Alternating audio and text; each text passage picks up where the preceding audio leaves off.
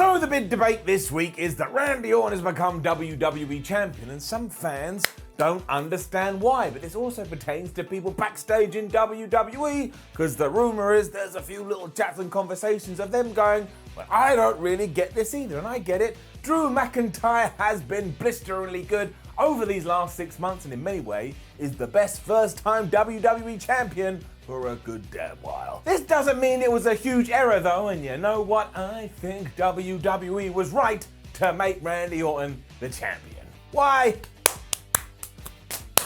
Here's why.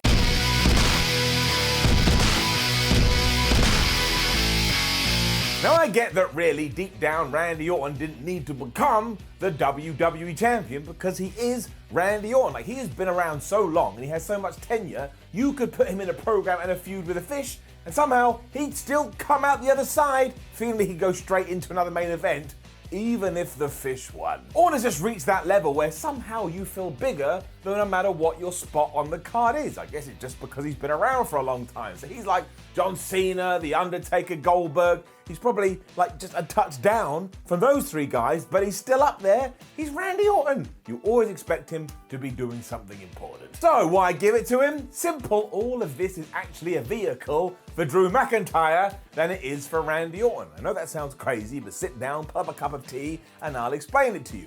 I will be the first person to admit that after AJ started to jump to Raw, I started looking around the place going, well, maybe we shouldn't take the title off of Drew just yet, because who doesn't want to see Drew McIntyre versus AJ Styles for the WWE Championship? That writes itself. You don't even need to put pen to paper. But even if we had done that, there is still always going to be this blip on Drew McIntyre's CV, and it's not his fault, but of course he will always be known as the WWE Champion as we arrived and entered the pandemic era. No wrestler would ever want to be in that position, and if we weren't aware before, now we definitely know that professional wrestling is far better when you have fans in the stands and cheering and going, yeah, we love you. I'm not going to say that it sucks. I do think that WWE, AEW, Impact, and whoever else has done a good job, but if you are out there and you actually think dead silent wrestling is better than loud wrestling, well, I think you crazy. I mean, if you go back to those shows where WWE did just have dead silence, it's honestly like watching a funeral, and yes, that's right, now you remember, that's how Drew McIntyre won the WWE Championship, by beating Brock Lesnar, basically at a wake, and he even had to talk right into the camera like I'm doing to you now, just to have some kind of semblance of energy and some kind of connection. Also, when you do watch wrestling like that, it just makes no sense in context. You're like, why are these men and women wrestling each other in pants, and why is a cameraman snuck in there? Oh, I never want to go back. And once again, I want to make it clear that I don't think it's anybody's fault, but you do have to sort it sooner or later, and you do that by hitting the giant reset button. Now, no one actually knows when people are going to be allowed back into venues. However, if you watch the news in certain areas of the world, it does seem like it's going to be sooner rather than later. That knowledge will affect WWE's plans, and on top of that list, I mean, right at the top, it should say, Drew McIntyre wins the WWE title for a second time. With fans in the building, they cheer and go crazy. I mean, it's a long bullet point, but still. And I mean world title, I don't mean 24/7 title, I don't mean IC title, I don't mean US title, I don't mean tag team title, I don't mean the $1 million championship. Well, now I've said that, that would be pretty good, but still, do not do it. Don't bring Ted DiBiase back. Drew McIntyre, two-time WWE champion. I mean, come on, if you have watched wrestling for even more than 5 minutes, you know that WWE bases nearly everything on these ideas of moments. When it comes to their video packages or their vignettes or promos leading into WrestleMania, every single one of their employees and every single one of their performers is like, I want to have a moment. Oh, I had this moment. Did you see this moment? Oh, there's YouTube. Let's upload a bunch of moments. I mean, at the granddaddy of them all, it's considered more important than the person you're fighting and the championship you're fighting for. And there is certain logic to this. I do understand where it's coming from. For example, let's play a little bit of a game. Not like Saw. I'm not going to go down that alley. That's too crazy. Do you remember more The Rock versus Hulk Hogan at WrestleMania 18? Or do you remember more Randy Savage versus Ric Flair from WrestleMania 8? Now, one guy's going to be going, I remember. Okay, fine. You do your thing, but by and large, Rock versus Hogan winning. Better than all of this, though, is that WWE didn't dethrone Drew McIntyre because they think he's crap. I mean, look what he did 24 hours later on Raw after he had lost the championship at Hell in a Cell. He wasn't put in some stupid feud or moved to the back of the queue. He beat The Miz like The Miz was a piece of cheese, and then the show went off air as Drew McIntyre had a pen and he's trying to stab Randy Orton in the eye.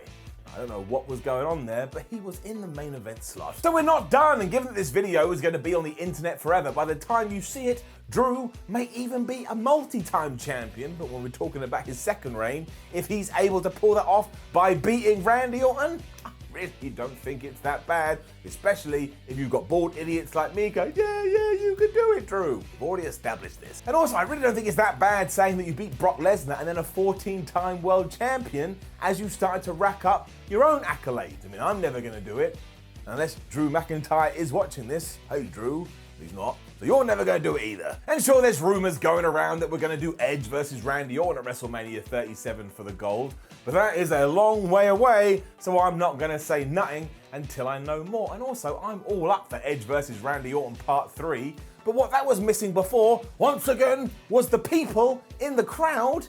You don't need to add championships into that. I mean, put your hands up if at one point you were watching the greatest match ever of what they did last year's WrestleMania and went, no, you didn't. We don't need to see it. As ever, we do have to let it play out, but ultimately, the thing that we should be focusing on and the thing that we should be celebrating is that Drew McIntyre had a really good first WWE title run. I mean, go and ask the same to Chris Jericho, or go ask the same of Kane, or go ask the same of Yokozuna. I mean, poor Yokozuna, he held it for like 3 seconds. And poor Kane. Kane held his first WWE title for like 24 hours, and then he got his ass whooped by Stone Cold Steve Austin on Raw.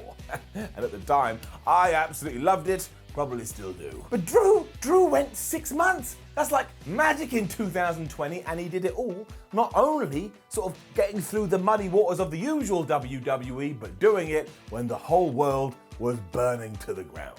Drew McIntyre should be given a medal and a belt. I also think that all of this is going to turn him into the superstar he was always meant to be. So my point to all of this is that I am rooting for Drew McIntyre. I think Randy Orton having it makes sense for now. Like I say, in 2, 3, 4, 5, 6 years' time, Drew will still be one of WWE's most important players. Long-term thinking has always got to be the way. On a quick side note too, before we do finish this, also, Drew McIntyre, Randy Orton at Hell in a Cell 2020, it actually had a clean finish. Randy Orton hit with the RKO, and he pinned him for the 1, 2, 3, and I was so happy and so pleased not to see a distraction, not to see a disqualification, not to see the most devastating move in all of sorts of entertainment, the surprise roll-up, that I will take whatever I can get. Like, even if you are more behind Drew than you are Randy, sometimes wrestling should be presented as a sporting contest, and in a real-life sporting contest, anybody can win. That's half the fun. And you're like, oh, I can't believe it, my favorite lost, and oh, my favorite won.